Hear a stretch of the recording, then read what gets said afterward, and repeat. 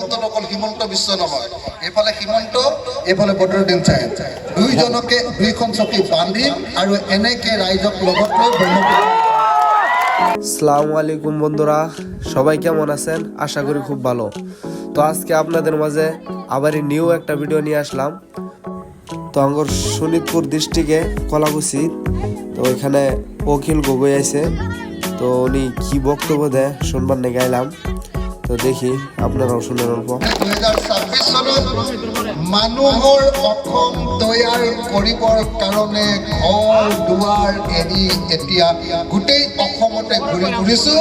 আৰু যিদিনা 26ত হিমন্ত বিশ্ব শৰ্মাক ব্ৰহ্মপুত্ৰত দলিয়াম, আৰু ব্ৰহ্মপুত্ৰত অকল হিমন্ত বিশ্ব নহয়, এইফালে হিমন্ত, এইফালে বদৰুদ্দিন সাহেব, দুইজনকে দুইখন চকী বান্ধি আৰু এনেকে ৰাইজক লগত লৈ ব্ৰহ্মপুত্ৰ।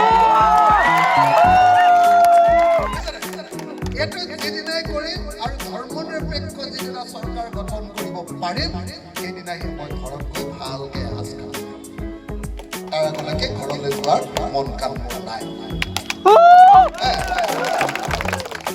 আপোনালোকে সংখ্যালঘু ৰাইজে চাওক যে বিজেপি চৰকাৰ অহাৰ পাছৰ পৰা আপোনালোকৰ বৰচলাৰ পৰা বা তেজপুৰৰ